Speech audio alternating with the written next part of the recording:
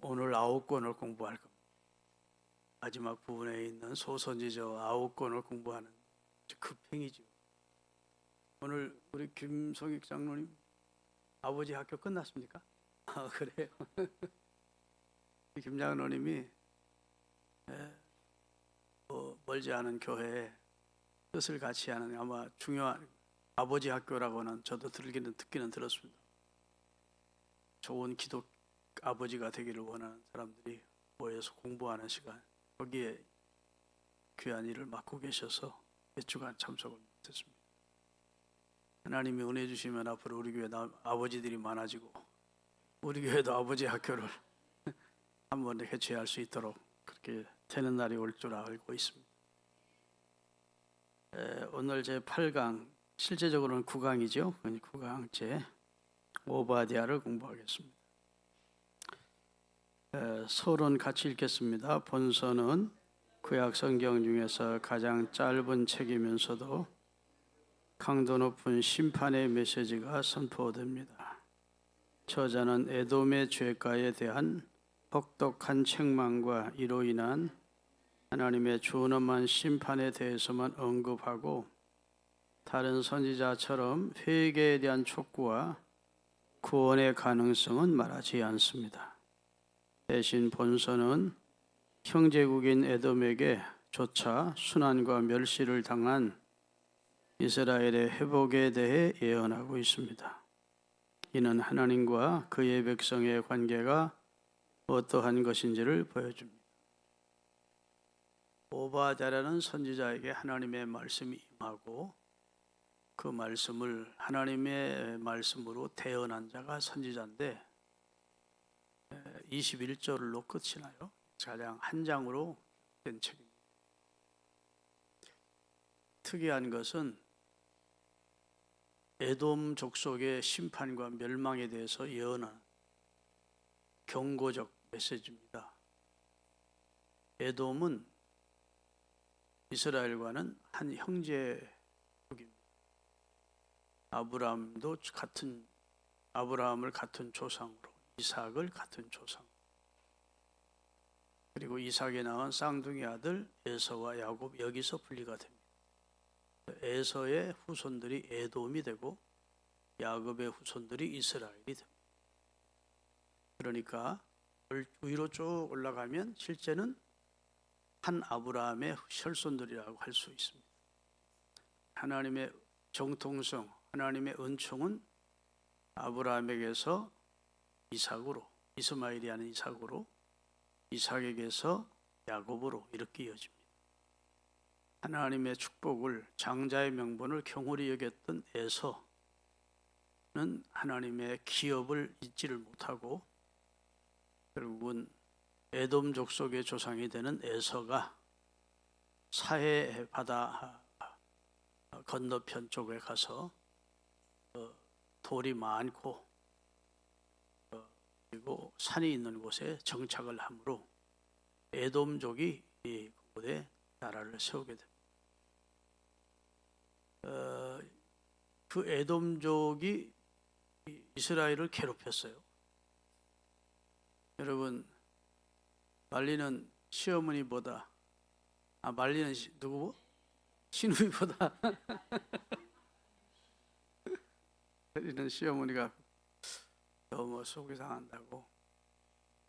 아니다, 때리는 시어머니보다 말리는 시누이가 더 밉다고. 아니, 이방의 침략을 받으면 형제국인 이스라엘을 도와야 되는데 이스라엘이 어려울 때, 이방의 침략을 받을 때는 꼭 적의 편에 서서 이스라엘을 괴롭힌 족속이 에돔. 그걸 지켜봐왔던 하나님이 오베아다를 통해서 에돔은 지금까지 쌓은 죄의 심판을 받게 된다. 그 심판을 선언하는 겁니다. 하나님은 한 번 잘못했다고 심판하시는 분은 아닙니다. 죄가 계속 쌓이면 하나님이 이제 성경에 보면 벽에 손이 나와서 글을 쓴 것처럼 그 어떻게 쓰죠? 그게 어떻게 됐지?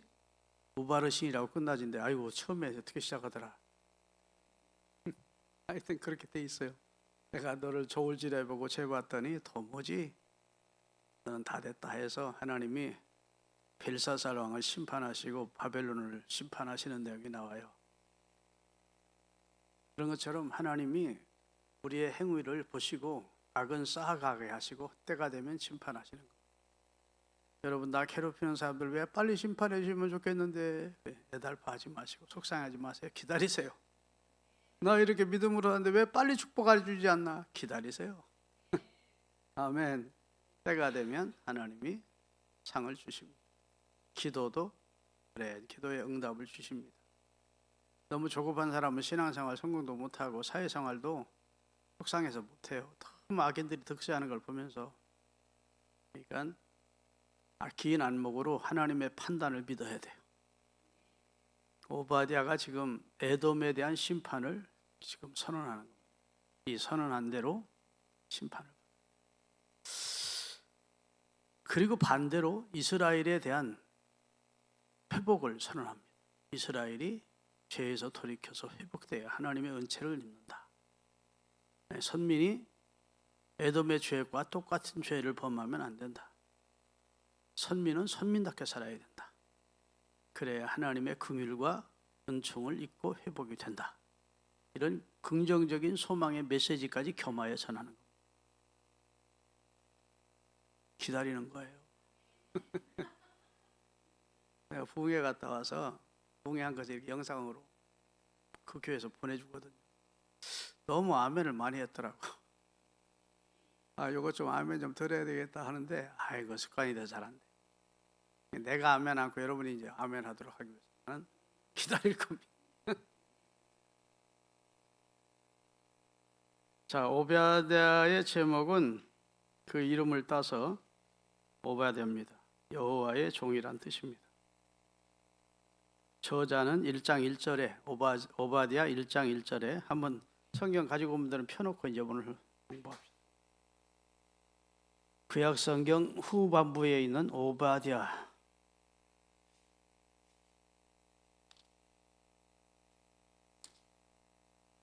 페이지 수로 몇 페이지죠? 1285페이지. 오바댜 1장 1절 읽겠습니다. 주 여호와께서 1절 보면 여호와의 묵시라 이렇게 됐고, 주 여호와께서 에돔에 대하여 이와 같이 말씀하시니라. 우리가 여호와께로 말미암아 소식을 들었나니 그 사자가 나라들 가운데 보내심을 받고 이르기를 너희는 일어날지어다 우리가 일어나서 그와 싸우자 하는 것이라. 여기 오바댜의 묵시라 그 말이 오바댜가 받아 쓴 글이라는 뜻입니다. 아멘. 그러니까 제목이 오바댜고 저자도 1장 1절에 보니까 내적 증거가 분명하니까 딴소리 할 게 없어요. 성경을 비판하는 비평학자들이 있습니다. 할 수 있는 대로 자꾸 정설과 반대되는 내용의 주장을 하는 사람도 있어요. 근데 이 오바댜 같은 이런 경우는 비평학자들도 딴소리 못하죠. 성경 1장 1절에 오바댜가 받은 묵시다 했으니까. 저자도 오바댜고 기록 연대는 예루살렘의 멸망과 관련이 있으니까 1장 11절, 12절, 14절에 보면 예루살렘이 멸망하는 해에 자세한 기록을 쓴 것을 보면 BC 586년 전후에 기록됐다. 그게 이제 성경 오바댜서의 배경이 그렇습니다. 지금 오바댜가 예루살렘이 멸망한 것을 목도한 후에 정확하게 3장 마지막 부분을 기록했다고 봅니다. 본서의 기록 목적을 같이 읽겠습니다. 본서는 에돔의 멸망을 선포하고 유대 나라의 회복을 예언하기 위해 쓰였습니다. 오바댜 선지자는 하나님의 공의로운 심판의 확실성을 강조하는 동시에 아브라함에게 준 땅을 회복시키시는 하나님의 신실성과 유다 배척주의의 위험성을 선언합니다. 또한 하나님이 백성을 멸시하고 인간적인 힘만 의지하는 교만한 행동은 반드시 멸망으로 인도한다는 것을 부각시킵니다. 하나님은 교만한 자를 미워하시고 자기 힘만 믿고 큰소리 치는 자의 교만한 행동을 꺾으시는 분이에요. 에돔이 그랬다는 거예요. 에돔. 주제 및 특징입니다. 또 읽겠습니다. 본서의 내용은 두 가지로 나눌 수 있다. 첫째, 겉으로 보기에는 아무리 재앙이 없을 것으로 보일지라도 하나님은 죄악을 범한 에돔을 엄중하게 지금 우리나라가 재앙이 있을 것으로 보입니까? 없을 것으로 보입니까? 지금 현재는 재앙이 있습니까? 없습니까? 없지요. 지금처럼 평탄한 대한민국 역사 이래로 이와 같은 번영과 평탄함을 누린 적이 없습니다. 그렇죠? 지금 참 우리가 살만한 세상 아닙니까? 물론 어려움을 당하는 사람도 있지만 옛날에 비하면 상대적으로 비교할 수 없는 그런 번영과 또 평안을 누리는 나라가 됐습니다. 지금은 그렇지만 앞으로도 계속 그런다는 보장은 없는 거예요. 지금 우리의 행위가 하나님 보시기에 가증스럽고 자꾸 하나님을 진노케 하는 일을 쌓아가면 어떻게 될까요? 이 나라에도 진노가 임하는. 오늘만 보고 세라 세라 캐세라 세라 잘 놓고 잘 놓자 하면서 평안하다 안전하다 할 그때 하나님의 심판이 임하는. 우리가 평안하다 안전하다 하고 하나님 등지고 사는 나라가 되든지 하나님 등진 인생으로 살면 하나님은 구하지 않는다. 아무리 은혜 시대라도 하나님은 보시고 아시고 좋을 질 하시고 계시다. 그걸 기억하십시다. 내가 무슨 짓을 해도 이렇게 지금 살기 좋은 세상 망하겠어? 그렇지 않다는 거예요. 그 다음에 둘째, 유대의 회복과 여호와의 왕국 확립의 특히 유대의 회복이 가리키는 상징적 의미는 주님이 도래하는 날 종말론적 희망이다. 기독교는 언제나 종말론적이고 그리고 종말론적 소망이 있습니다. 기독교는 이 세상이 영원하리라고 주장하지 않습니다. 성경이 또 그렇게 말하지 않습니다. 언젠가는 개인의 종말, 국가의 종말이 있는가 하면 인류의 종말도 있음을 선언합니다. 종말은 세 가지예요. 첫째, 개인의 종말입니다. 그건 죽음으로 끝나는 거예요. 둘째는 민족이 소멸되는 겁니다. 인류 역사에 민족이 없어진 적이 많습니다. 그 다음에 인류의 종말을 말합니다. 그런데 그 인류의 종말을 성경은 여호와의 날이라고 많이 지칭을 합니다. 여호와의 날. 아멘. 그리스도께서 왕으로 임재하시는, 재림하시는 날. 이 여호와의 날에 대한 사상이 있어야 되는데 오늘 본문은 결국은 하나님을 경외하는 하나님의 백성에게는 종말론적 천국에 대한 소망을 갖게 하는 메시지로 나감이 되는 겁니다. 오바댜와 그리스도입니다. 본서는 그리스도께서 대적들을 심판하시고 만국을 벌할 자로 재림하시는을 묘사합니다. 15절에 또한 메시아께서 시온산에 강림하시어 새로운 왕국을 건설하실 것을 예언합니다. 하나님의 나라지요. 결국 본서는 구원자가 그리스도가 구원자이시며 동시에 왕국의 소유자이신 왕이심을 예표하고 있다. 자, 이제 다음 넘기시고 뒷장으로 요나서입니다. 제가 부흥회를 한 교회를 7번을 간 적이 있어요. 충남 예산에 있는 교회.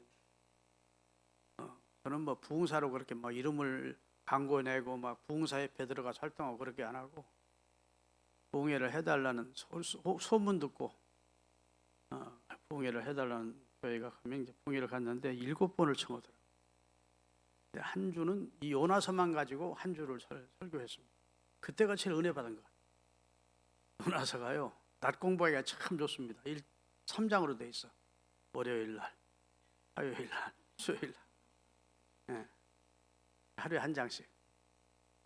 근데 요나서의 첫 번째 내용은 요나의 불순종입니다. 하나님이 요나에게 니느웨에 와서 니느웨 성의 멸망을 선포하라 하십니다. 근데 요나가 자기 생각과 하나님의 생각이 다른 거예요. 이놈들은 망해야 될 족속인데 왜 나를 보내 그 사람들을 회개케 하라고 심판을 경고하시는 것은 틀림없이 회개하면 용서해 주려는 하나님의 마음을 알았습니다. 싫었습니다. 그래서 하나님의 말씀을 정면으로 거부하는 내용이 1장에 기록됐어요. 그러다가 물론 큰 태풍 만나고 물에 들어가서 물고기 뱃속에 들어가고 회개하고 다시 토함을 받는 얘기입니다. 2장까지가 그렇습니다. 3장 가서 뒤늦게 하나님 앞에 깨어진 요나 선지자가 하나님의 말씀하신 대로 니느웨로 가. 니느웨는 당시 이스라엘을 공격하는데 앞장섰던 아수르란 나라의 수도입니다. 당시 니느웨 성에 살고 있는 사람만 장정만 12만이었습니다. 어이달과 부녀달까지 합하면 제가 볼 때는 한 30만이 넘는 우리 양주시보다 큰 시입니다. 옛날 지금부터 3,000년 전에 그런 도시는 엄청난 큰 도시입니다. 그런 도시에 가서 하나님 말씀하시니까 하기 싫지만 또 고래 물고기 뱃속에 들어 징그런 고생하기 싫으니까 예 하고 갔습니다. 가서 3일 길을 끝까지 여기서부터 끝까지 돌려면 3일을 돌아야 되는데 하룻길만 돌면서 40일 후에 이 성이 멸망합니다. 이렇게만 했어요. 하나님이 멸망시킨다는 말도 안 하고 당신들의 죄악 때문에 이 성이 멸망한다 구체적인 내용도 안 하고 40일 후에 하나님이 이 성은 무너질 것입니다 했더니 의외에 나머지는 하나님이 역사를 하신 겁니다. 따라합시다. 하나님이 역사하시면 된다.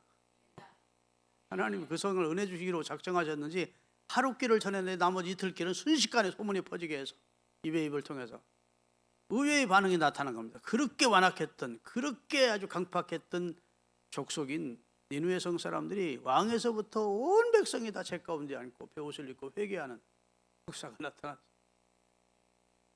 아멘. 그래서 하나님이 심판하시기로 하셨던 심판의 채찍을 딱 내려놓고 니느웨를 용서하시는 겁니다. 그러면 선지자가 할렐루야 해야 돼 안 해요? 할렐루야하고 감사해야 되는데 불만이 많습니다. 하나님 멸망시킨다고 해놓고 멸망시키지 않고 이 사람들 다 용서하시고 구원하면 내 체면이 뭐가 됩니까? 40일을 해방한다 했는데 하나님이 이러실 줄 알고 내가 처음에 반대 방향으로 간 겁니다. 그러면서 이 성 사람들이 몇 명인데 이 성을 멸하는 것이 내 뜻이었겠느냐? 네가 그렇게 말하는 게 합당하냐? 합당합니다. 이러고 일본 성감 사람들 다 죽여주십시오. 그래요. 이 성을 멸할지 안 멸할지 내가 성 밖에다 초막 하나 짓고 지켜볼 겁니다. 아주 고약한 선지자지. 근데 얼마나 태양빛이 내리쬐는데 막 햇볕에 혼미해 죽겠는 거예요. 근데 하나님이 기적적으로 박농쿨 하나를 빨리 자라게 하더니 박농쿨이 서늘하게 그늘지게 만들어서 좋다. 박농쿨 밑에 있어. 그리 한 거예요. 그러다 하나님이 또 벌레 하나를 보내가지고 박농쿨 밑둥을 딱 빨아먹게 하셔. 박농쿨이 그냥 순식간에 다 말라버립니다. 성질을 부립니다. 하나님. 그러니까 네가 배양도 안 했고 씨도 안 뿌렸고 하잘것없는 박넝쿨 하나 죽은 것이 그렇게 속상하냐? 그렇다면 이 성 안에는 수십만이 살고 있다. 그들은 내 박넝쿨이야. 너는 네 박넝쿨만 소중하냐? 저 영혼들 천하보다 귀한 생명이 수십만이다. 그들을 내가 멸하는 것이 뭐기를 원하겠느냐? 그들을 구원해 주기를 원하겠느냐? 그렇게 물으면서 4장이 끝이 나요. 멋있게 요나서 기자가 멋있게 썼어.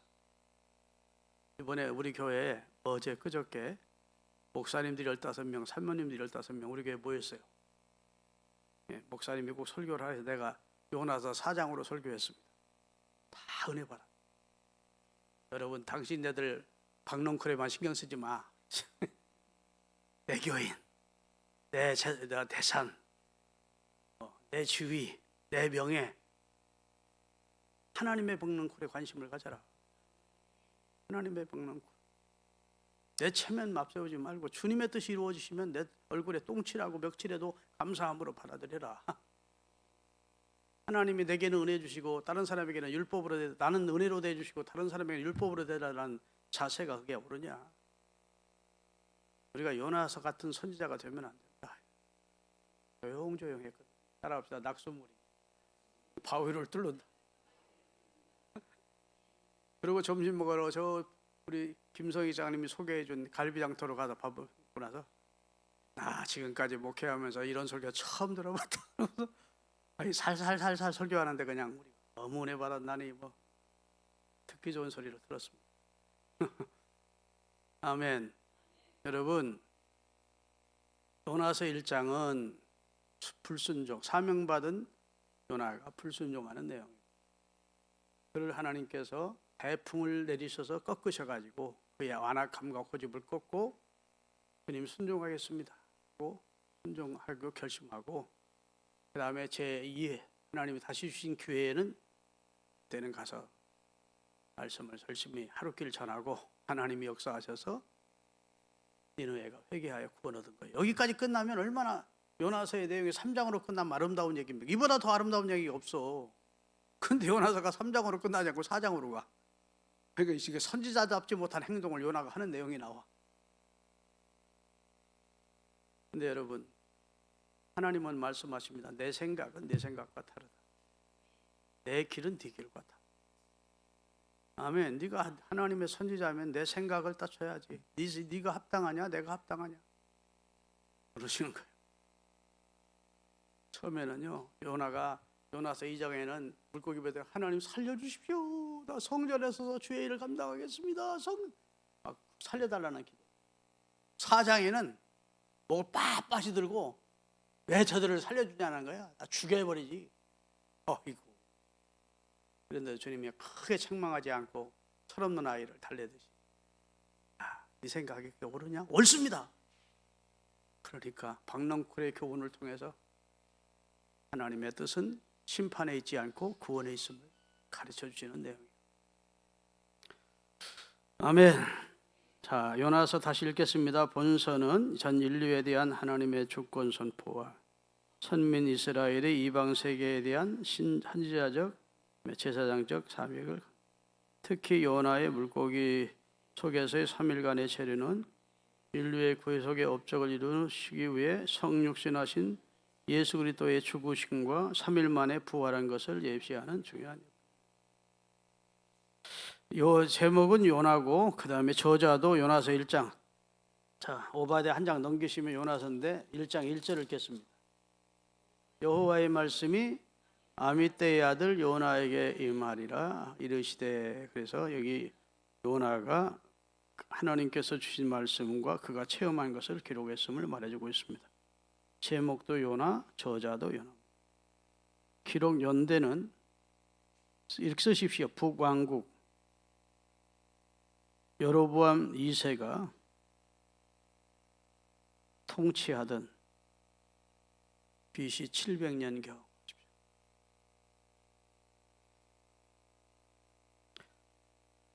기록 목적입니다.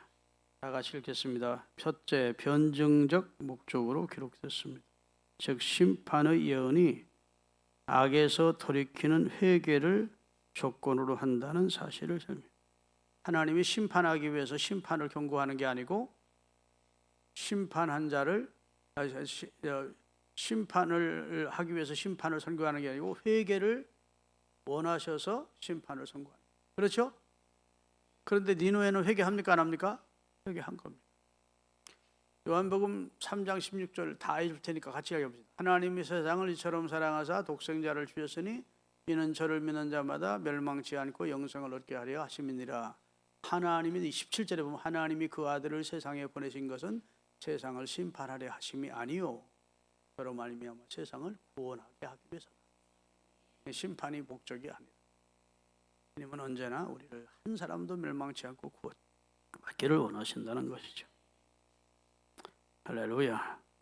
둘째, 교훈적 목적으로 기록됐습니다. 즉 하나님의 용서하심은 당신께 대한 경외심과 회개를 기초로 하여 모든 사람에게 적용된다는 사실을 회개해야 구원받는다. 니느웨가 아무리 이방 백성이라 할지라도 회개하고 하나님을 경외하는 마음을 갖게, 하나님을 두려워하는 마음으로 회개할 때 구원을 받게 된다는 걸 가르쳐주고 있고, 세 번째, 하나님의 자비가 이스라엘에게만 제한되지 않고 모든 민족에게 미친다는 구원의 보편성을, 이건 구약에는요 획기적인 일입니다. 구약의 유대인들은 구원은 우리 민족에게만 주어진다라고 믿었어요. 그런데 이 요나서의 내용은 우리 민족만 구원하시는 분이 아니고 이스라엘의 철천지 원수 국가인 니누웨조차도 회개하면 구원해 주신다는, 전 인류의 하나님이심을 선언하고 있는 겁니다. 아멘.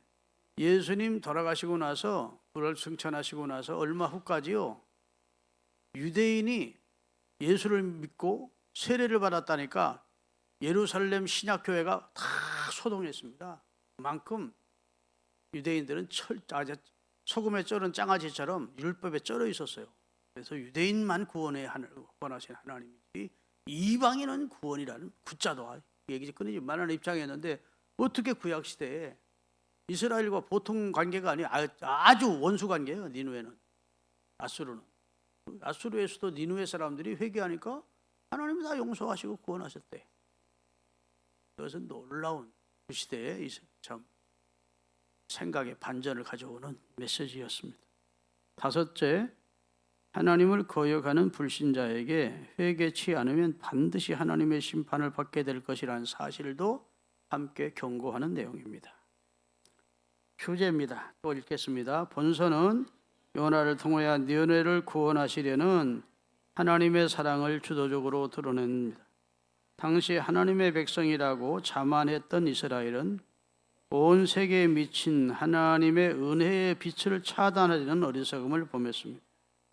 이스라엘 백성들은 이방 민족을 원수로 취급했고 그들이 멸망이 필연적인 것으로 생각했으므로 이방인의 구원에 대하여 아무런 노력도 보이지 않았습니다. 이런 상황에서 하나님은 본서를 통하여 이스라엘이 가지고 있는 우월의식을 철저히 파멸시키고 온 인류에 대한 사랑과 자비를, 쓸데없는 우월의식 가지고 자기들만 선택했다고 하는 잘못된 생각을 하고 있는 이스라엘을 깨우치는 사건이 니느웨 백성의 회개와 구원입니다.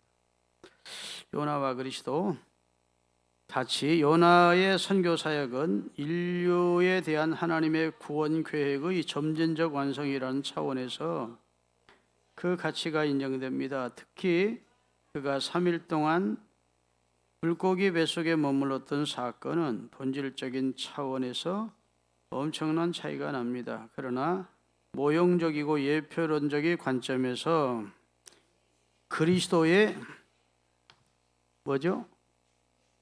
그리스도의 죽으심과 묻히심, 다시 사람을 얘기합니다.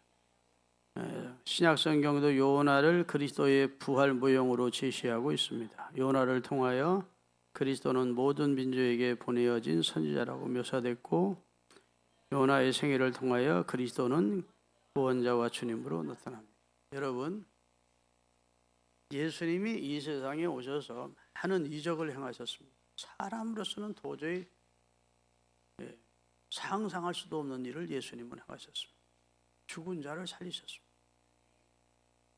아멘. 거센 풍랑을 말씀 한마디 하면 풍랑이 잔잔케 됐습니다. 귀신 들린 사 속에 들이던 2,000마리의 군대 귀신이 돼지 속으로 들어가 몰살하는 사건도 일어나. 할렐루야. 주님이 행하신 모든 이적은 대단한 이적들이었습니다. 그런데 그래도 자꾸 유대인들은 따라다니면서 예수님을 박해하고자 하는, 받아들이지 않으려고 하는 바리새인들이 따라다니면서 당신이 하나님의 아들이라는 표적을 좀 내봐라. 당신이 하나님의 아들이라는 증거를 보여라. 자꾸 이래라. 그랬더니 예수님이 딱 한마디로 대답하십니다. 악하고 음란한 세대가 표적을 구하나. 내가 너희에게 보일 표적은 요나의 표적밖에 없다. 아멘. 요나의 표적이 뭐죠?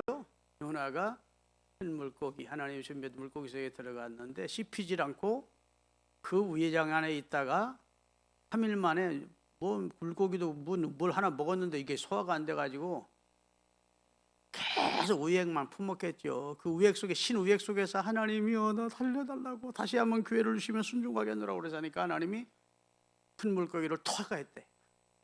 육지의 토해지는 역사가 나타난 거. 그대로 믿으세요. 자꾸 요만한 둔해 가지고 거짓말 같은데 이러지 말고. 네.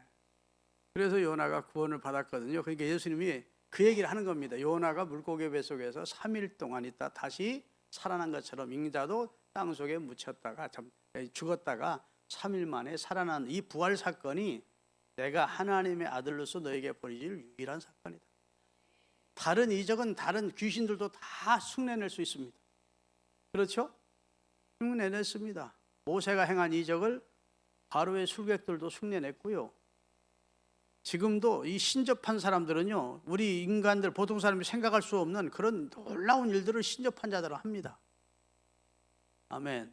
나 엊그저께 어떤 목사님과 하룻밤을 같이 잤는데 무슨 모임에 가서 80이 조금 넘은 목사님인데 태주 할미 귀신이 있대. 그때 옛날에는 이 홍역하면서 죽은 사람들이 많대요. 홍역하면서 죽을 때 손끝머리를 따가지고 이 손을 이렇게 밑에 사타구니 쪽으로 딱 넣었다가 그러면 여기가 막 그랬다가 그때부터 여기가 귀신이 붙은 사람들이 있대. 그래가지고 쫙 나온대. 야, 나 좀 어디 좀 다녀오마 하고 다녀와가지고 지금 점 보러 오는데 그 사람이 이런 사람이다 하고 딱 하면서 쪽으로 들어간대. 우리나라에 김준규 목사님이라는 분이 계십니다. 저걸간 주지했던 사람이에요. 그 사람도 그런 귀신의 역사로 조종을 받았대요. 그래가지고 아주 귀신의 세계가 신비하다는 겁니다. 그러니까 귀신도 어떤 사람이 저기 딱 그 귀신에 임하면, 그 태주할미가 임하면 어디서 뚱뚱한 사람이다 여자가 날아오는 차례, 날씬한 여자가 찾아오는지 다 안 돼, 앉아가지고. 여러분 성경에도 있습니까 없습니까? 왕이 자기를 왕후라고 하면 안 만나줄 것 같으니까 자꾸 선지자를 거역하고 살았으니까 여보 당신이 평민복으로 갈아입고 이 암흑의 선지자를 찾아가라. 그래서 내 아들이 죽을 줄 알아봐라 그랬더니 그 왕후가 평민복을 입고 들어오니까 아시아의 마누라야 네가 지금 여기 왔느냐. 깜짝 놀란 거지. 그렇죠? 들어오라. 들어와. 네가 평민복을 입고 왔으면 내가 모를 줄 아느냐. 하나님이 너 올 것을 미리 내게 알려주셨느니라. 네 아들이 죽을지 살지를 네가 물으러 왔구나. 네 아들은 죽는다. 네가 네 성에, 네가 궁전에, 네가 사는 왕실 궁전에 들어갈 때 네 아들은 그 자리에 그 순간 죽을 것이고, 다행스럽게 네 아들은 나를 경외했기 때문에 여호와 하나님 하시는 말씀, 다윗의 궁전에는 들어간다. 그러나 너와 너희 남편은 여호와의 묘실에 못 들어가.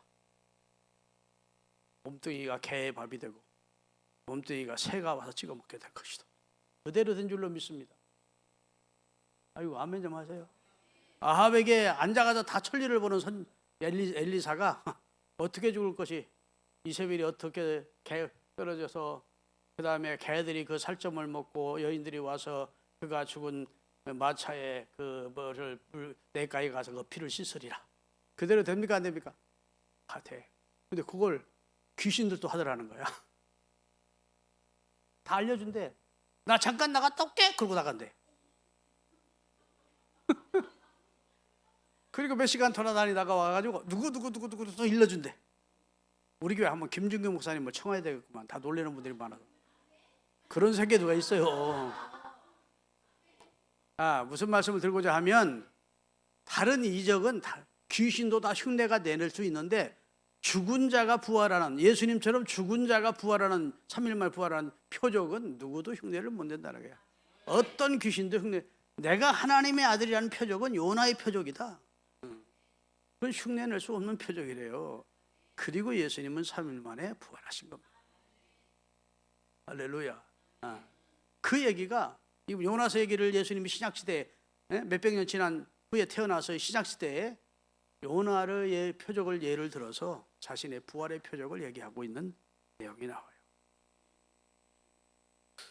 아멘. 그 다음에 미가서입니다.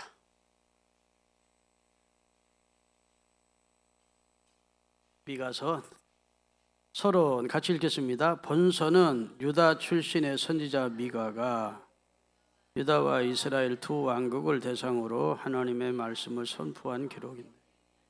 그렇지만 이스라엘보다는 유다에 관한 것이 많고 이스라엘에 관한 내용은 일부분에 지나지요. 또한 범국가적 죄악으로 말미암아 하나님의 심판과 그 후에 있을 전 이스라엘의 회복에 대한 미가의 예언은 다른 예언서에서 쉽게 찾아볼 수 있는 공통된 내용이다. 그러나 이스라엘의 회복과 관련된 메시아의 베들레헴 태어나, 여러분 미가서에 하나님의 아들 예수께서 어디에 태어날 것이? 너 베들레헴 에브라다야, 너는 유다 곡속 중에 돌 중에 지극히 작지 아니하도다. 네게서 이스라엘의 구원자, 인류의 구원자가 태어날 것이다 라고 미가가 하나님의 아들 예수 그리스도께서 베들레헴에 탄생하실 것을 예언을 했고, 아멘. 한편 미가의 예언은 동시대 사람이 이사야의 예언과 비견될 만큼 문학성이 있습니다. 이사야가 예수님에 대한 예언이 많다고 그랬죠. 미가서도 예수 그리스도의 출현에 대한 내용이 많이 있습니다. 미가는 이사야와 동시대 때 활동한 유다 선지자인데, 유다에 대한 내용이 선지 말씀이 많지만 북왕국 이스라엘에 대한 예언도 말씀도 전했던 종이다는 것이지요. 그 다음에 저자의 이름 따서 미가입니다. 원래 미가야라는 매고 하는 거예요. 원어상으로는 미가야인데 여호와와 같은 이가 누구냐라는 뜻입니다. 여호와는 진정한 신이라. 저자는 미가서 1장. 또 한 장 4장 미가서로 갑시다. 1장 1절. 유다의 왕들 요담과 아하스와 시스기야 시대에 모레셋 사람 미가에게 임한 여호와의 말씀, 곧 사마리아와 예루살렘에 관한 묵시다, 이렇게 나옵니다. 그래서 모레셋 사람 미가가 이 말씀을 받았고 이 말씀을 기록했다고 보는 것입니다. 기록 목적 같이 읽겠습니다. 미가는 하나님의 백성들이 냉랭한 종교의식과 죄에 대한 하나님 혐오감과 부자들의 탐욕과 부정직을 신랄하게 지적합니다. 아울러 하나님이 용서하시는 은혜와 언약에 대한 신실하심도 전달해 줍니다. 특별히 미가는 여호와의 신앙이 반드시 사회 정의와 개인적 거룩함에서 표출, 신앙 따로 생활 따로오면 안 된다는 내용을 가르치는 겁니다. 신앙은 좋은데 생활은 엉망진창일 수 없다는 겁니다. 그렇게 되면 참된 신앙이라 볼 수 없다고 가르치는 것이죠. 주제입니다. 본서의 예언은 미가와 자기 나라를 위해 탄식의 기도를 드리는 가운데 그의 마음 깊은 곳에서 우러난 충정의 결과인 설교들이 모여서 이루어졌습니다. 그러므로 자체로는 통일된 신학 주제가 발견되지 않습니다. 미가는 가끔 분명한 논리적 연결고리를 제시하지 않은 채 한 주제에서 다른 주제로 넘어가는데, 여호와는 정의로운 주권자다, 참된 거룩하심을 우리에게 원하시는 분이다, 이런 내용을 본서의 밑바닥 저변에 일관되게 주장하는 내용을 말씀하고 있습니다. 그 다음에 주제죠. 본서의 예언은 미가가 자기 나라를 위해 이거 읽었나요? 미가와 그리스도. 미가는 BC 700년경에 이미 분명하고도 정확한 어조로 메시아가 베들레헴에서 탄생할 것을 예언했습니다. 이 예언은 마태복음 2장 5절 6절에서 성취가 되었습니다. 또한 그는 메시아가 장차 온 세상을 통치하시는 주권자이시자 평강의 왕이심을 증거하고, 이미 평강의 왕으로 초림하셨던 예수께서 장차 천하를 심판하시고 의로 통치하시는 만왕의 왕으로 다시금 강림하실 것을 말씀을 통해 예언하고 있습니다. 미가서에서 가장 많은 사람들이 애독하며 읽는 내용이 어딘가? 자, 미가서 찾으세요. 6장 8절. 미가서 6장 8절 같이 읽겠습니다. 사람아, 주께서 선한 것이 무엇이심을 내게 보이셨나니 여호와께서 내게 구하시는 것은 오직 정의를 행하며 인자를 사랑. 여기 인자는 어지린자에 그 다음에 자비로울 자자입니다. 그러니까 어지럽고 어진 사람, 자비를 베푸는 사람, 그런 일을 좋아하는 사람을 원한다는 거예요. 사랑하며. 인자라고 해서 예수님 사랑하며 그 말이 아니고 어지린 자의 자비 자자입니다. 그러니까 하나님은 공의를 행하고 그 다음에 많은 사람들에게 인자와 공의를 베풀고 그 다음에 겸손히 그 하나님과 함께하는, 하나님과 동행하는 삶을 사는 것이 하나님이 진짜로 성도들에게 원하는 삶이다. 공의를 행하고 인자를 사랑하고 그 다음에 하나님과 겸손해져서 하나님과 동행하는 삶이 하나님의 뜻입니다.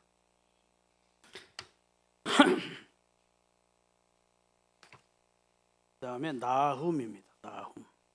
하박도 나오고 나훔도 나오면 성경에 생전 못 붙는 이름이 호박국도 있어요. 성경에.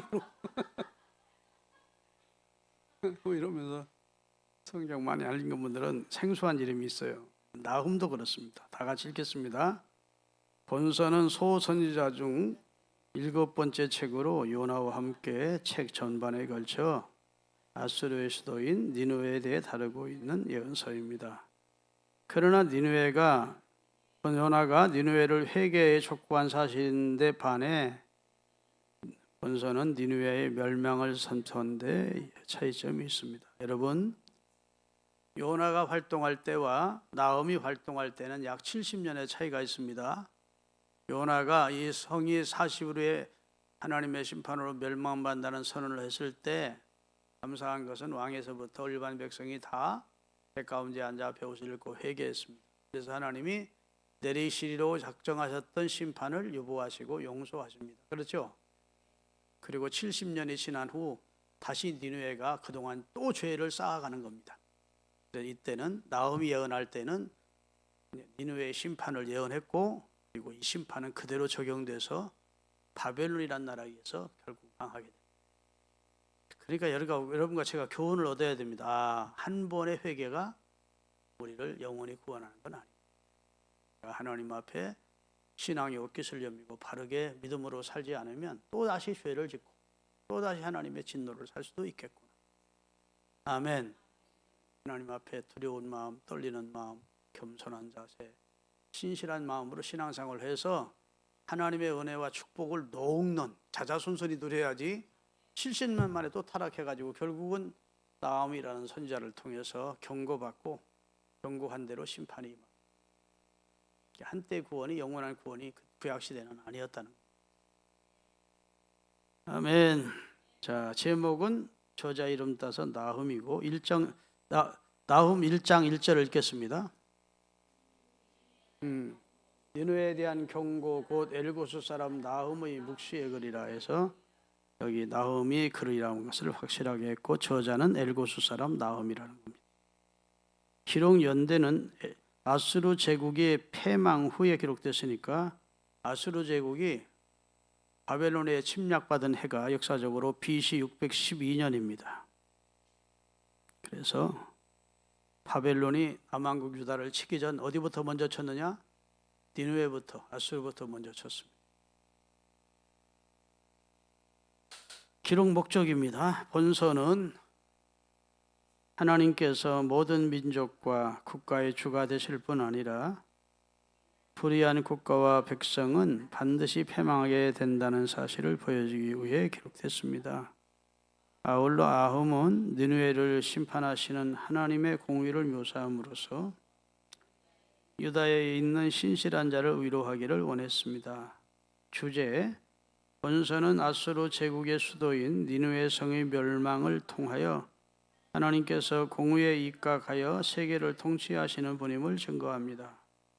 당시 이스라엘 백성은 하나님께서 강력하고 잔인한 아수르 제국을 파멸시키지 않는다는 사실에 많은 회의를 보면서 저렇게 악한 나라를 왜 하나님이 심판하지 않지? 진짜 하나님은 살아계신 거야? 하고 하나님의 존재와 하나님의 심판에 회의를 품었다는 겁니다. 그런데 진짜 이제 나홈이 예언한 대로 멸망을 먼저 하나님 이스라엘 백성이 보는 앞에서 아수르를 심판하신 것이죠. 이런 상황에서 나홈 선지자는 여호와는 투기하시며 보복하시는 하나님이라고 말하여 죄인을 결코 사하지 아니하심을 강조합니다. 나훔과 그리스도입니다. 나훔은 그리스도를 질투하시는 하나님으로 대적에게 복수하시는 분으로 소개합니다. 여러분, 하나님은 질투하시는 하나님이라는 말씀이 어디 나오죠? 십계명에 나오잖아요. 그렇죠? 출애굽기 20장에 십계명에 수록되어 있는데 나 여호와는 질투하는 하나님인즉 나를 사랑하고 내 계명을 지키는 자에게는 은혜를 수천대에 베풀고 나를 멸시하고 거역하는 자는 3, 4대까지 하나님 심판하겠다, 저주하겠다 이렇게 말씀하십니다. 그런데 그냥 하나님이라 하지 않고 질투를 하시는 하나님. 하나님을 사랑해야 될 자가 이방 우상을 사랑기면 하나님이 질투한대요. 여러분, 내가 사랑하는 사람이 다른 사람 사랑하면 질투가 나는 게 정상입니까? 아닙니까? 질투가 나지. 사랑의 반대가 미움이 아니에요. 사랑의 반대는 질투입니다. 아멘. 미운 것은 사랑과는 관계없는 거야. 미운 사람은 그냥 미워. 그런데 진짜 내가 좋아하고 사랑하는 사람이 나 왜 자꾸 다른 사람을 사랑하네? 그러면 그 질투가 나. 하나님이 우리를 얼마나 사랑하는지를 표현한 겁니다. 나는 너를 그렇게 사랑하는데 너는 다 왜 다른 거 사랑하느냐? 너 돈 사랑하고 우상 사랑하고 다른 신 섬기고 나 질투해. 이런 하나님. 그러니까 하나님에게 질투를 유발시키지 마십시다. 하나님 저 사랑하듯 저도 하나님 사랑해요. 하나님이 짝사랑이 되지 않도록 하나님 사랑하고 살아요. 아멘. 그런데 사실 우리가 보면 하나님이 일방적으로 우리 인간을 많이 짝사랑하셔. 나는 하나님 별론데 하나님은 왜 그렇게 날 좋아하시는지. 자, 아멘. 하나님 너무 질투하게 만들고 외롭게 하지 마시고 우리도 그를 사랑. 요한의 아들 시몬아 너 나 사랑하냐? 그 말은 무슨 말입니까? 난 너 사랑해서 생명까지 주어 십자가에서 너를 대속해 주었는데 너도 나 사랑하냐? 사랑을 한다는 전제를 하고 그 다음에 그 사랑을 대답을 듣기를 원하신 겁니다. 그리고 이제 주의를 해달라고 부탁하신 것이 요한복음 21장에 기록되어 있잖아요. 어디까지 읽었죠? 응? 다 끝났죠? 나훔과 그리스도 안 끝났나? 주제 끝났어요? 주제 읽읍시다. 주제 이제 끝났어요? 나훔과 그리스도. 나훔은 그리스도를 지존 하나님으로 대적에게 복수하시는 분으로 소개합니다. 예수 그리스도로 말미암아 영원한 구원의 복음이 세계에 전달될 것을 밝힙니다. 결국 나훔은 그리스도께서 자신을 희생하여 인류의 구속을 성취하시는 분인과 동시에 장차 재림하여 각자의 죄에 따라 열국을 심판하실 분임을. 여러분, 심판과 구원은 동시에 일어납니다. 주 예수의 재림의 날 그에게 속한 자는 구원을 얻을 것이고 그에게 속하지 않은 자는 심판이 그날 동시에 일어나는 거예요. 언제나 심판과 구원은 동시에 일어났습니다. 이 노아 시대 때 심판이 임하면서 노아의 가족이 구원을 얻는 거예요. 롯의 가족도 심판과 구원이 동시에 일어나는 거예요. 지금은 하나님께서 심판을 유보하고 계시지만 주님이 심판하시는 날 심판에서 면제된 사람들은 구원을 얻게 되는 것이죠. 하박국입니다. 하박국. 서울은 같이 읽겠습니다. 일종의 신앙 변조서를 알 수 있는 만큼 중요한 신학 사상을 담고 있는 책입니다. 이 책은 성도라면 누구라도 의문을 제기할 수 있는 신앙 문제에 대한 해답을 주고 있습니다. 선지자는 어떻게 해서 불의가 선보도 득세할 수 있냐는 질문을 던져놓고 이에 대한 이 의인은 믿음으로. 제가 부흥회 가면 이 하박국도 낮 공부를 몇 번 가는 교회는 꼭 합니다. 이것도 3장으로 되어 있어요. 1장은 막 하나님께 대해서 막 항의성 질문을 던지는 내용. 하나님 왜 의인이 고난을 당하고 악인이 번성합니까? 창선벌하게 하나님인 줄 알았더니 하나님 그런 하나님 아니시네요. 나쁜 놈들이 의인들 등쳐먹는데도 하나님은 왜 갈멜산에 바알 신처럼 묵묵부답이십니까? 그래서 하나님께 대해서 항의성 질문을 던지는 내용이에요. 근데 2장으로 가서는 하나님의 응답을 받기 전에는 내가 성루에서 안 내려오겠다고 하나님 앞에 데모를 해야 됩니다. 여러분, 근데 조선소 같은데 데모하면 어디로 올라가죠? 골리앗 크레인이라는 데 올라가. 거기서 아주 임금 안 올려주면 자기들이 요구하는 거 관찰 안 되면 거기서 죽겠다고 몇 달 안 내려온 적도 있었습니다. 근데 이 하박국 선지자도 깡다구가 있던 사람이에요. 그래가지고 대답 짓기 전에는 나는 성루에서 죽겠습니다. 막 매달렸더니 하나님이 너 지워지지 않게 새겨놔라. 판에 새겨라. 달려가면서도 읽을 수 있도록 판에 새겨라. 악인은 그 악으로 인하여 결국 심판을 받게 될 것이고 의인은 믿음으로 사는 거다. 이렇게 유명한 답을 듣게 됩니다. 아멘. 악인의 번성을 보고 마음 상해하지 마. 악인은 그 악으로 이미 멸망을 당한다. 악인은 바람에 나는 겨와 같아. 심판이 오면 견디지 못해. 아멘. 악인은 지붕 위에 난 풀처럼 하나님의 심판이 빛이 비치면 다 말라 죽고 만다. 그러나 의인은 믿음을 지키며 어려울 때도 믿음으로 살았던 자는 그 믿음 때문에 산다. 구원을 얻는다. 낙심하지 말고 믿음으로 살아라. 그랬더니 3장에 아유 하나님 이 깊은 은혜를 깨닫게 해주셔서 감사합니다. 무화과나무에 열매 없고 포도나무에 과실이 없고 뼈양간에 소가 없고 우리의 양이 없고 아멘. 그런 거 다 없어도 난 여호와 때문에 감사하며 살겠습니다. 그래? 항의로 시작했다가 1장은 감사자로 바뀌는 거예요. 그게 신앙입니다. 여러분도 좀 하나님께 물고 싶은 퀘션마크 되는 게 많이 있을 거예요. 왜 이러지 하고. 근데 흔들리지 말고 믿음으로 사세요. 의인은 믿음으로 말미암아 산다. 그래서 그 내용이 로마서에 기록되어 있고 수많은 우리 믿음의 선배들이 그 믿음으로 구원을. 그래서 의인은 그 믿음으로 말미암아 살리라. 그 말씀이 마틴 루터를 믿음의 사람으로 개혁의 사람으로 만들었습니다. 있습니까? 네, 그리고 기록연대도 1장 6절의 해석에 따라 좀 다른데 갈대아 사람의 침입을 언급하고 있는 걸 보면 기록도 아까 다른 기록과 같이 주전 612년경에 기록이 된 것이다. 같이 읽겠습니다. 본서는 하나님께서 악한 갈대아인에게 심판하심으로 의로움을 나타내시고 유다인의 신실한 자를 위로하심을 보여줍니다. 즉 의인이 하나님의 거룩하심과 의로우심, 믿음의 필요성을 가르쳐주므로 믿음으로 살도록 권고하고 기록됐습니다. 주제 본서는 하나님께서는 갈대아 사람을 일으켜 이스라엘을 심판하실 것과 그 심판 중에도 의인은 믿음으로 말미암아 구원받는다는 사실을 선포하고 있습니다. 그런데 하나님께서 이스라엘 백성에게 심판과 구원을 주시는 이유는 바로 하나님께서 공의와 자비의 하나님이라는 사실을 근거합니다. 하나님께서 무슨 하나님? 공의와 자비를 함께 가진 하나님이에요.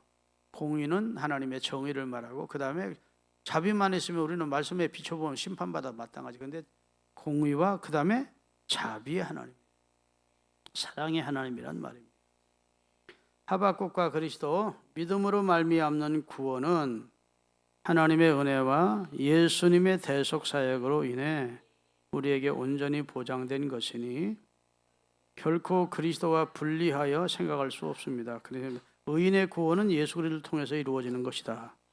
하박국이 회상하고 있는 바 하나님께서 출애굽한 이스라엘을 환난 가운데 보호해 주시고 구원해 주신 역사는 장차 예수 그리스도께서 재림하실 때 성도가 이 세상으로부터 완전히 구원받게 됨을 미리 보여주는 것이다. 이처럼 그리스도는 거룩한 자, 믿음에 의해서 의롭다 하시는 자, 물이 바다를 덮음 같이 여호와의 영광을 인정하는 사람들로 세상에 충만케 하실 자라고 언급되어 있습니다. 그리스도를 통해서 전 인류가 그에게 택함 받은 자들이 결국은 구원을 얻게 될 것을 말씀하고 있습니다. 그다음에 스바냐서입니다. 서론 읽겠습니다. 스바냐는 유다왕 요시야 제위 기간에 활동한 선지자입니다. 그 당시 유다 백성은 선왕 므낫세와 아몬의 영향을 받아 각종 우상 숭배와 죄악에 젖어 있었는데, 이에 하나님께서 스바냐를 통해 여호와의 날 곧 심판의 날이 임박했음을 경고하고 회개를 촉구하고 있습니다. 여러분, 남왕국 유다의 마지막 선왕이 요시야입니다. 요시야는 히스기야의 보손자입니다. 히스기야의 아들 므낫세는 남왕국 유다의 가장 악한 왕이었습니다. 그의 손자 아몬은 그 아버지 므낫세의 일을 들여 또 그도 악한 왕이었습니다. 그리고 나서 요시야가 통치하게 됐는데, 다행스럽게도 요시야는 그 선조인 히스기야나 다윗을 본받아서 하나님이 기뻐하는 삶을 살았는데, 그때 활동한 선지자가 스바냐라는 것입니다. 저자 이름을 따서 제목은 스바냐입니다. 그리고 스바냐는 히스기야 왕의 현손입니다. 기록 연대는 요시야 왕 시대입니다. BC 604년에서 610년경일 것이라고 자들이 말하고 있습니다. 자, 같이 읽겠습니다. 본서는 우선적으로 유다뿐 아니라 전 세계에 임할 여호와의 날의 엄중한 심판을 예고하므로 회개를 촉구하는 데 있습니다. 그는 닥쳐올 여호와의 진노의 날을 예언하면서 그날의 환난과 파멸을 경고하고 있습니다. 그러나 궁극적으로는 심판 중에도 회심한 이방인과 이스라엘의 남은 자에게 주어질 하나님의 구원을 사람들에게 알게 하려 하는 데 있습니다. 주제, 스바냐는 하나님의 진노의 날이며 동시에 심판의 날에 해당하는 여호와의 날에 초점을 맞추어 메시지를 전개합니다. 그날은 하나님께서 유다의 불의와 불경건으로 말미암아 심판을 예정하신 날로서 심약과 재난과 고통이 있게 됩니다. 이러한 여호와의 날은 단지 유다와 예루살렘에 국화되지 않고 전 인류 이방인에게까지 포함이 됩니다. 여호와의 날은 이제 그 세상을 끝내고 주님의 나라가 실현되는 날을 말하는 것이죠. 종말론적 신앙관을 가져야 됩니다. 6번 스바냐와 그리스도. 본서는 구원자를 이스라엘에 거하는 의로우신 주님, 열국을 대항하는 증인으로서 이스라엘의 왕과 주로 소개합니다. 또한 여호와의 날에 있을 우주적 심판과 참상은 예수 그리스도와 재림과 연관된다는 말씀을 합니다. 어떻게 구약의 선지자들이 이렇게 정확히 봤는지 모르겠어요. 우리 신약시대의 성도들도 지금도 기대하는 바와 똑같습니다. 마지막 구약이 몇 권이죠? 39권, 39, 27에 신약은 27권이 그렇습니다. 바보 아니면 구구단 내는 사람 다 외워야 됩니다. 39권 구약이, 그 다음에 39, 27에 하듯 신약은 27권입니다. 우리 전사님이 걱정을 하시더라고. 앞으로 넉 주 남았는데 어떻게 신약 27권을 다 공부할지 걱정이라고. 하여튼 어떻게 하든지 마치겠습니다. 11월 말까지는. 그래서 성경을 일괄적으로 한 번은 다 훑은 것으로, 여러분이 집에 가서 성경을 읽을 때 나중에 이 공부가 도움이 될 거예요. 자, 구약 성경의 말라기라는 마지막 책을 같이 공부하겠습니다. 서론. 포로에서 귀환 후에 학개와 스가랴의 지도로 성전은 재건됐지만, 학개를 안 했나? 학개 안 하고 스가랴로 갔어요? 네? 스바냐도 안 했어? 스바냐는 했대. 한 것 같아. 네, 학개는 아니, 권사님만 그런 게 아니라 하고 내가 여기서 가르치면서도 읽었는지 안 했는지 모르는 거니까 이제 할 수 없어. 뭐 권사님이나 내나 이제 60대라 나는 70대고. 학계 같이 읽겠습니다. 본서는 구약 성경 중에서 오바댜 다음으로 짧은 책이지만 매우 중요한 메시지를 담고 있습니다. 즉 학계는 예루살렘 성전 재건과 관련하여 하나님의 뜻에 대한 순종과 불순종의 결과가 무엇이 다른지 증명하여 아울러 이와 같은 성전 재건의 작업은 장차 오실 메시아를 맞이하는 준비라는데 그 의의를 역사하는. 한편 포로 후기 선지자로는 학계 외에도 스가랴가 말라기가 있다. 자, 우리 학계서는 좀 읽어야 될 거예요. 학계.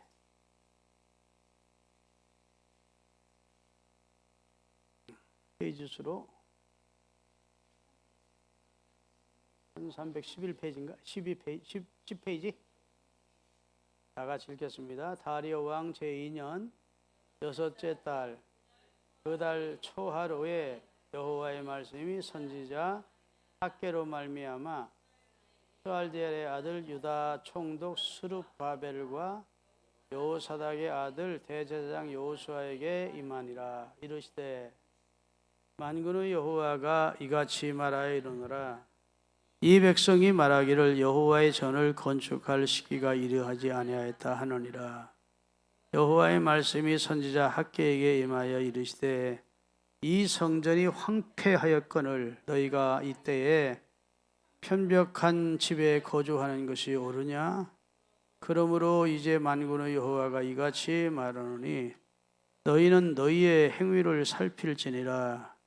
너희가 많이 뿌릴지라도 수확이 적으며 먹을지라도 배부르지 못하며 마실지라도 흡족하지 못하며 입어도 따뜻하지 못하며 일꾼이 싹을 받아도 그것을 구멍에 뚫린 전대에 넣음이 되느니라.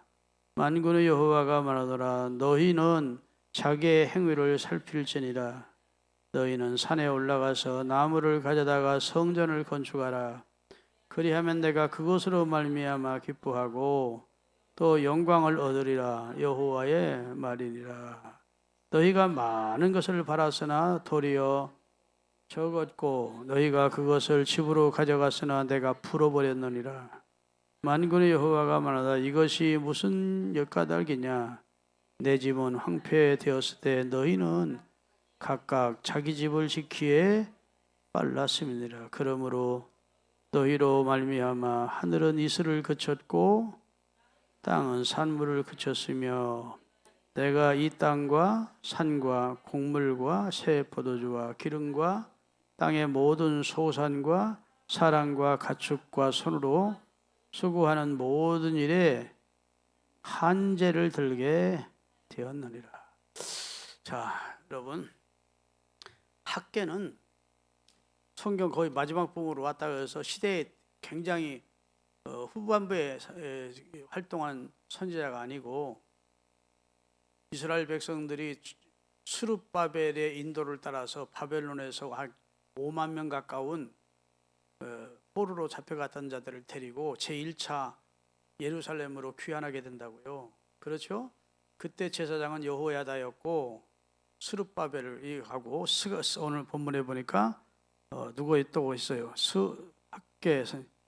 스알디엘의 아들 스칼과 여호사닥의 아들 제사장 여호수아 이런 사람들과 함께 이제 예루살렘으로 돌아와서 성전을 짓고 싶은 마음, 성전에서 하나님 앞에 예배하고 싶은 열정으로 뜨거워졌던 포로되었다 귀환한 이스라엘 사람들이 성전을 열심히 솔로몬 때처럼 휘황찬란하게 짓지는 못했지만 열심히 지어가다가 그 주변에 있는 도비아를 비롯한 사람들이 이제 회방을 받습니다. 못 지켜 방해를 하는 거예요. 바벨론 왕에게 고자질하고 이들 성벽 건축하고 성전 지켜야 하면 안 됩니다. 뭐 이러면서 이 성전 건축 사업이 중단하지 않을 수 없는 상황이 왔어요. 그러면 다시 어떻게 하든지 그 성전 건축을 위해서 정치적인 노력을 하고 하여튼 백방으로 다시 성전 건축을 재개해야 되는데 아이고 성전 자체는 그냥 뒤로 돌려버리고 자기 집 짓고 자기 집 꾸미고 자기 집에 좋은 것 들여놓고 리모델링하고 이런 데만 바빴던 겁니다. 학계가 돌아와 보니까 이건 아닌데 싶은 거예요. 주님을 사랑하던 열정들은 다 식었고 성전을 짓겠다고 하는 뜨거운 마음들은 다 없어졌고 그래서 자기 살기 바쁘고 자기 집 꾸미기 바쁘고 자기 재산 늘리기 바쁜 상황을 보면서 학계가 하나님의 말씀을 전한 겁니다. 너희 행위가 옳으냐? 너희 소위를 한번 살펴봐라. 스스로를 한번 반성해봐라. 그러면서 하는 말씀이 아직 건축할 때가 안 됐어. 건축 재개할 시기가 아니야. 이렇게 너희가 변명하고 있는데 그 다음에 내 성전은 황폐했거늘 너희가 이때 편벽한 집에 사는 게 옳으냐? 성전은 남의 건물 지하방에 큰 곰팡이 냄새나는 데 살면서 자기 집은 궁전처럼 해놓고 살면 옳으냐? 그 말이 옳아요? 옳지 않아요? 그러니까 요즘 부자들은 개척교회 안 나가. 양심에 가책돼가지고 자기는 막 삐까번쩍은 집에 사는데 성전 가보니까 퀴퀴한 막 썩은 내 냄새 나고 그러니까 양심이 불편하거든. 그러니까 아주 큰 교회에 나가버려. 근데 사실은 이 학개의 말이 틀린 말 아닙니다. 그때는 이스라엘 성전이 하나밖에 없을 때예요. 다른 교회를 나갈 수가 없어 성전에. 근데 얘 세배당을 지타 말고 지금 아직 성전 건축할 시기 아니야. 또 성전 건축하면 또 회방자들이 또 방해할지 몰라. 그리고 성전에 대한 마음을 다 성전에 대한 열정이나 성전 짓겠다고 하는 그런 뜨거운 마음이 다 식어져 버린 상태 속에서 자기 집만 꾸미고 자기 집 한번 건축하고 그냥 집안에 좋은 것들만 사다 놓고 그러는 상황이 되니까 학개가 속이 상해서 하나님의 마음을 알고 학개가 예언을 하면서 책망하는 내용이지요. 우리 본문 5절을 봅시다. 그러므로 이제 만군의 여호와가 이같이 말하노니 너희는 너희 행위가 옳은지 살필지니라. 너희가 많이 뿌릴지라도 수확이 적고 먹을지라도 배부르지 못하고 마실지라도 흡덕하지 못하고 입어도 따뜻하지 못하고 일꾼이 싹을 받아도 구멍 뚫린 전대의 농처럼 돈 버는 거 다 어디가 다 날아가지 않느냐 그 말이죠. 그 다음에 만군의 여호와가 말하노니 너희는 자기의 행위를 살펴볼지라. 너희는 이제부터 산에 올라가서 나무를 찍어다가 성전을 건축하라. 그리하면 내가 그것으로 말미암아 기뻐하고 영광을 얻으리라. 여호와의 말씀이라. 너희가 많은 것을 바랐으나 도리어 적었고 너희가 그것을 집으로 가져갔으나 내가 푸 하고 불어버렸느니라. 만군의 여호와가 말하노라. 이것이 무슨 까닭이냐? 내 집은 하나님의 집은 황폐하였으되 너희는 자기 집을 지키기에 빨랐음이라. 그러므로 너희는 말미암아 하나님께서 하늘에서 이슬을 그치게 하셨고 땅은 산물을 그치게 했으며 내가 이 땅과 산과 곡물과 새 포도주와 기름과 땅의 모든 소산과 사람과 가축과 손으로 수고한 모든 일에 열매가 없도록 한재가 들게 했다. 성경은 뭐라고 말합니까? 따라합시다. 너희는 먼저 그의 나라와 그의 의를 구하라. 먼저 할 일이 있다는 겁니다. 먼저 할 일이 성전은 그렇게 폐허로 만들어 놓고 하나님 경외한다는 사람들이 성전의 주인 되시는 분이 하나님이라는 사람을 인정하는 사람들이 너희 행위가 지금 복받게 행동하고 있냐? 우선 성전부터 지어. 그러면 너희 산업에 복을 줄 것이고 자녀가 복을 받을 것이고 내가 모든 것에 하늘의 신령한 복과 땅의 기름진 복을 줄 거야 라고 말씀하시는 내용이에요. 그랬더니 이 학개를 통한 하나님의 선언을 들은 당시 이스라엘 사람들이 눈물로 회개하고 그 말씀이 옳다 싶어 순종해서 결국은 성전을 완공하고 헌당을 하게 됩니다. 학개서의 기록 목적입니다. 본 학개 선지자는 백성을 자극하여 하루빨리 성전, 선전이 아니고 성전을 만들기 위해 복서가 아니고 본서를 기록했다. 이거 타자 치면서 우리 전우사님 고생 많이 하셨는데 졸았던가 보네. 거듭 오타가 2개가 나오는 거.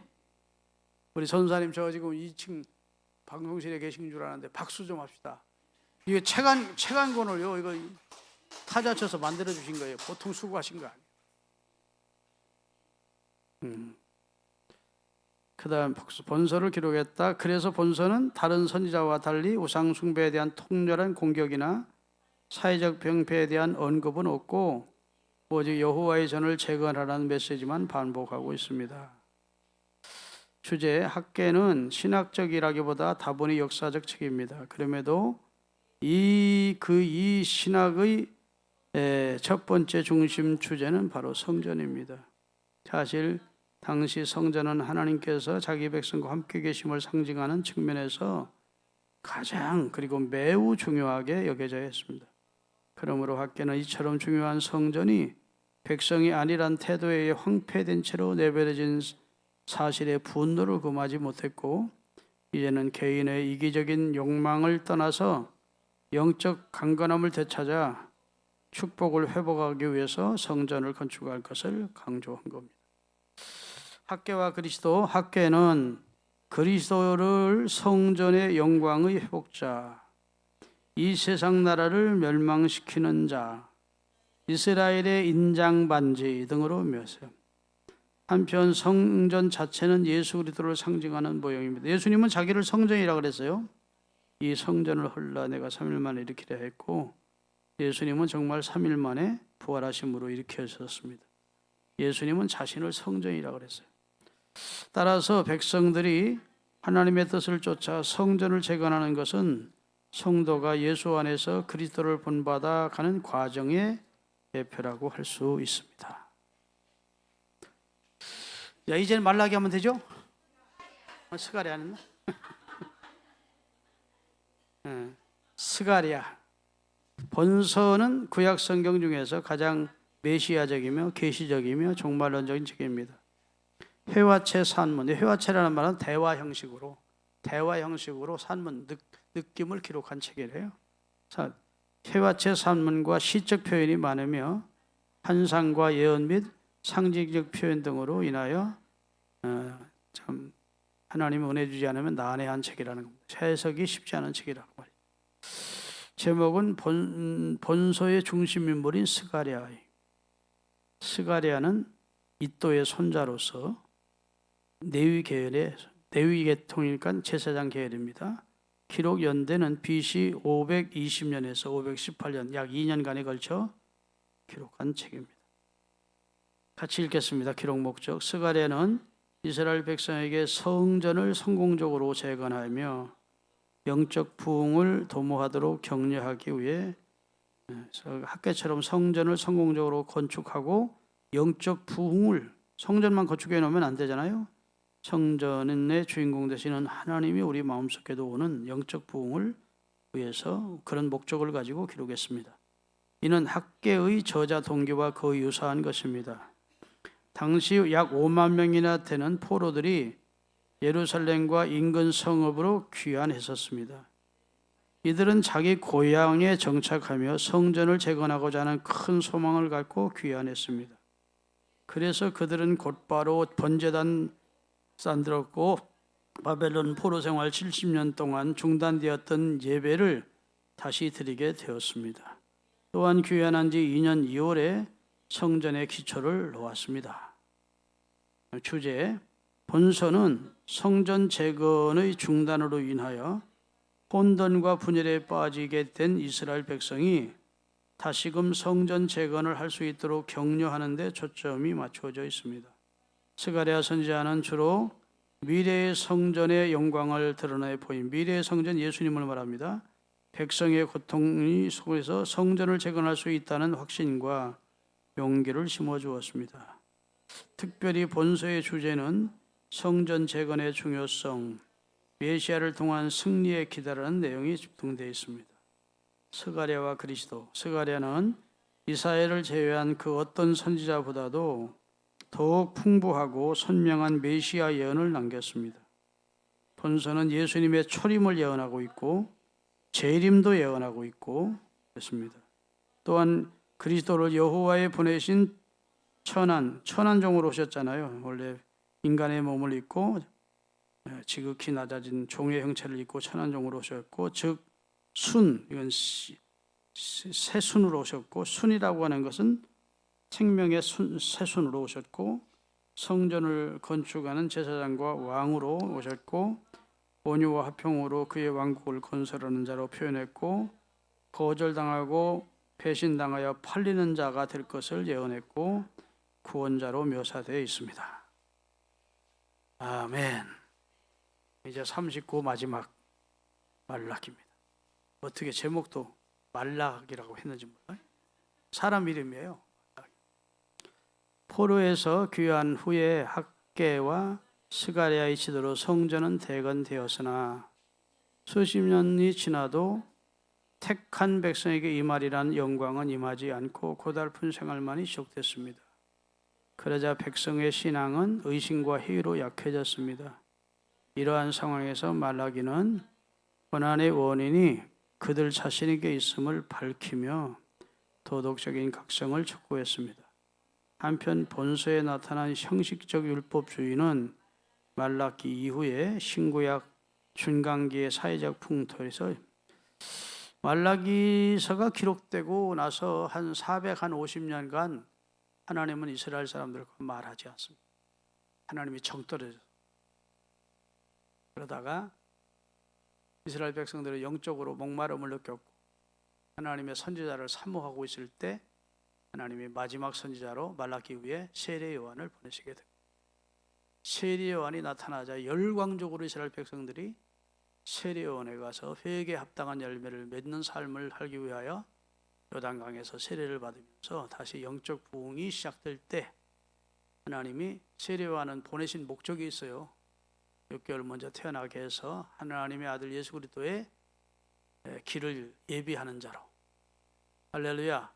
왕이 출타할 때 임금이라고 하나 무슨 행차요 그러잖아.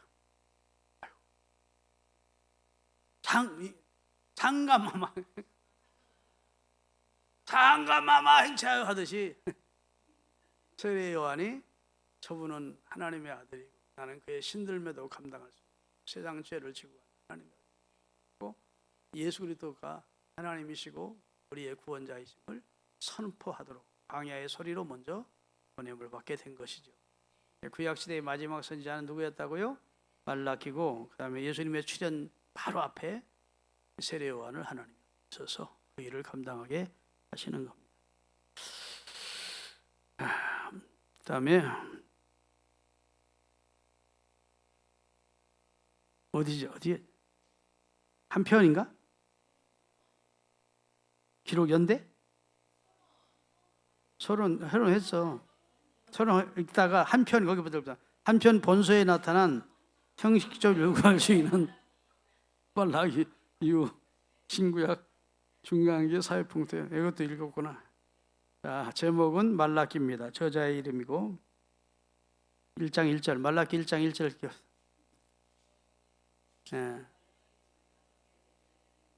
말라기를 통하여 우리 이스라엘에게 말씀하신 경고다. 저자가 말라기입니다.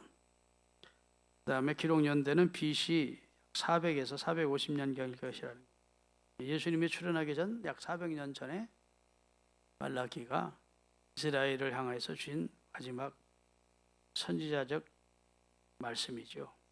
기록 목적입니다. 본서는 포로 귀환 이후에 다시 사회적, 도덕적, 영적 부패에 빠진 이스라엘의 잘못을 꾸짖으며 경고합니다. 선지자는 만일 하나님의 백성에게 순결함이 없게 되면 하나님으로부터 징계를 받을 수밖에 없다는 겁니다. 주제, 하나님의 절대 주권을 인식함으로 했으므로 바벨론 포로기 이후에는 이스라엘 백성의 안녕과 복지는 여전히 하나님과 이스라엘 간의 계약 관계의 준수 여부에 달려있다는 사실을 인식했습니다. 사실 인간은 성별과 혈통을 막론하고 누구든지 인격적으로 헌신하며 그의 목소리를 청종할 때만 진정한 영적 축복과 영적 평안을 누릴 수 있게 됩니다. 우리 말라기서를 좀 읽어볼까요? 조금 시간이 좀 있으니까 같이 읽겠습니다. 2절부터 읽겠습니다. 여호와께서 이르시되 내가 너희를 사랑하였노라 하나 너희는 이르기를 주께서 어떻게 우리를 사랑하셨나이까 하는도다. 나 여호와가 말하노라 에서는 야곱의 형이 아니냐 그러나 내가 야곱을 사랑하였고 에서는 미워하였으며 그들의 신들을 황폐하게 하였고 그의 산업을 광야의 이리들에게 넘겼느니라. 에돔은 말하기를 우리가 무너뜨림을 당하였으나 황폐된 곳을 다시 쌓으리라 하거니와 나 만군의 여호와는 이르노라 그들은 쌓을지라도 나는 헐리라. 그들 사람들이 그들을 일컬어 악한 지역이라 할 것이요 여호와의 영원한 진노를 받은 백성이라 할 것이라. 너희는 눈으로 보고 이르기를 여호와께서는 이스라엘 지역 밖에서도 크시다 하리라. 내 이름을 멸시하는 제사장들아, 나 여호와가 너희에게 이르기를 아들은 그 아버지를, 종은 그 주인을 공경하나니 내가 아버지일진데 나를 공경함이 어디 있느냐? 내가 주인일진데 나를 두려워함이 어디 있느냐 하나. 너희는 이르기를 우리가 어떻게 주의 이름을 멸시하였나까 하는도다. 너희가 더러운 떡을 나의 제단에 드리고도 말하기를 우리가 어떻게 주를 더럽게 하였나이까 하는도다. 이는 너희가 여호와의 식탁을 경멸히 여길 것이 말하기 때문이라. 만군의 여호와가 이르노라. 너희가 눈먼 희생 제물을 바치는 것이 어찌 악하지 아니하며 저는 그 병든 것을 드리는 것이 어찌 악하지 아니하냐. 이제 그것을 너희 총독에게 드려보라. 그가 너를 기뻐하겠으며 너를 받아주겠느냐? 만군의 여호와가 이르노라. 너희는 나 하나님께 은혜를 구하면서 우리를 불쌍히 여기서 하여 보라. 너희가 이같이 행하였으니 내가 너희 중 하나인들을 받겠느냐? 만군의 여호와가 이르노라. 너희가 내 제단 위에 헛되이 불사르지 못하게 하기 위하여 너희 중에 성전 문을 닫을 자가 있었으면 좋겠도다. 내가 너희를 기뻐하지 아니하며 너희 손으로 드리는 것을 받지도 아니하리라. 만군의 여호와가 이르노라. 해 뜨는 곳에서부터 해 지는 곳까지의 이방 민족 중에서 내 이름이 크게 될 것이라. 각처에서 내 이름을 위하여 분향하며 깨끗한 제물을 드리니 이는 내 이름이 이방 민족 중에서 크게 될 것임이니라.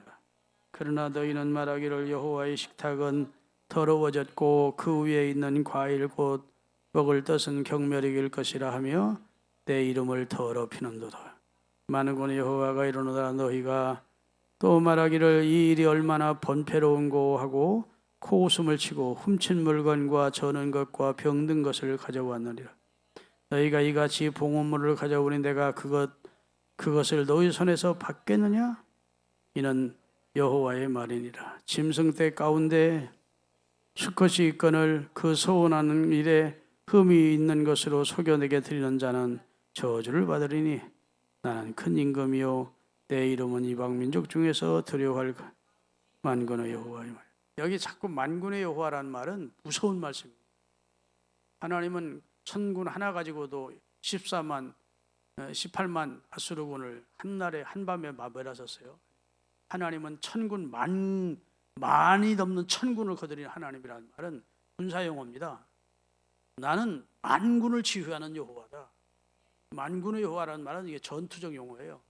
이런 나를 너희들이 경홀히 여기고 이런 나를 회방하고 이런 나를 망령때에 능멸하면서 복받겠다고 제사다운 제사 한번 드리지 않고 다 저는 것, 문제 없는 것 이런 것들을 갖다가 드리면서 상천하제 유일하고 참되신 하나님께 대한 예배라고 생각하냐? 너의 행동을 한번 살펴봐. 진짜 복받게 너희들이 살고 있냐? 헛된 재물을 다시는 내게 가져오지 마라. 누가 나를 위하여 성전 문을 가로막아 달라. 오직하면 하나님이 그러셨겠어. 11조다. 그게 우리가 왜 하나님을 떠났다 하십니까? 우리가 왜 하나님을 이렇게 바르게 섬기지 못한다 하십니까? 했더니 말라기 3장에 보면 너희가 11조와 헌물을 드리지 않는 것이 나를 욕되게 하는 것이야 이렇게 나옵니다. 우리 3장으로 갑시다. 만군의 여호와가 이르노라. 내가 내 사자를 보내리니 그가 내 앞에서 길을 준비할 것이요 또 너희가 구하는 바 주가 갑자기 그 성전에 임하시리니 또 너희가 사모하는 바 언약의 사자가 임하실 것이라. 그가 임하시는 날에 누가 당하며 그가 나타날 때 누가 그 앞에 설 수 있겠느냐? 그는 금을 연단하는 자의 불과 표벽하는 자의 잿물과 같을 것이니라.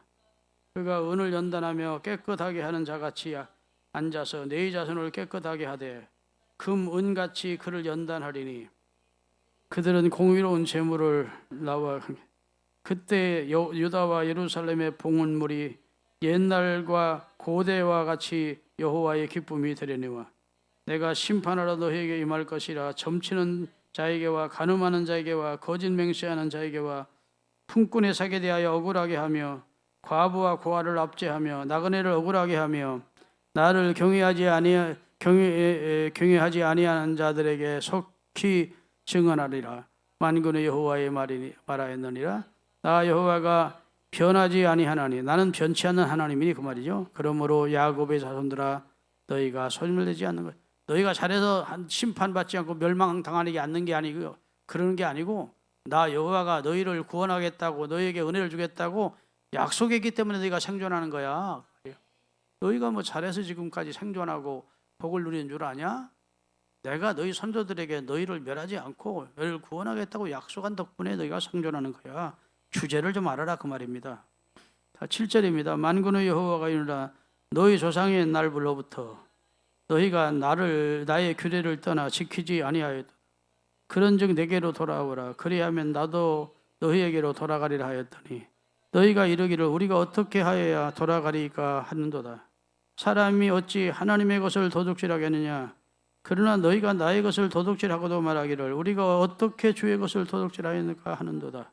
그것은 11조와 봉헌물이라.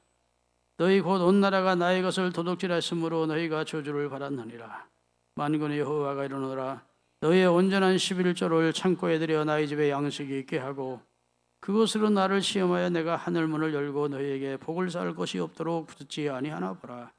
만군의 여호와가 이르노다. 내가 너희를 위하여 메뚜기를 금하며 너희 토산 소산을 먹어 없어지 못하게 하며 너희 밭이 포도나무 열매가 기한 전에 떨어지지 않게 하리니 너희 땅의 아름다움으로 모든 이방인들이 너희를 복되다 하리라. 만군의 여호와의 말이. 내가 내게로 돌아오라 돌아오라 그렇게 외쳤거늘 너희는 어떻게 해야 하나님께 돌아가는 겁니까? 이렇게 되묻고 있다. 너희가 진정으로 내게 돌아오는 것은 11조와 봉헌물을 드리는 거야. 모든 10의 10이 다 여호와가 주신 것인데 그 가운데 여호와가 주인이라는 것을 인정하는 신앙이 11조 신앙입니다. 하나님께 드려보라. 그러면 내가 너희 창고에 넘치도록 해주겠다. 이렇게 약속까지 하시면서 진정으로 하나님께 돌아온 사람, 진정으로 하나님의 아들이 나의 죄를 대신하여 살찌고 피 흘려 생명을 주었다는 사실을 믿는 사람이라면 진짜 마음이 돌아와야 되고 그 봉헌물이 돌아와야 되고 할렐루야 그 몸이 하나님께 돌아와야 된다는 거예요. 한번 시험해 보라는 거예요. 얼마나 하나님이 자신 있으며. 여러분 여호와께로 돌아온 백성들이 되십시오. 기도하겠습니다. 거룩하신 하나님,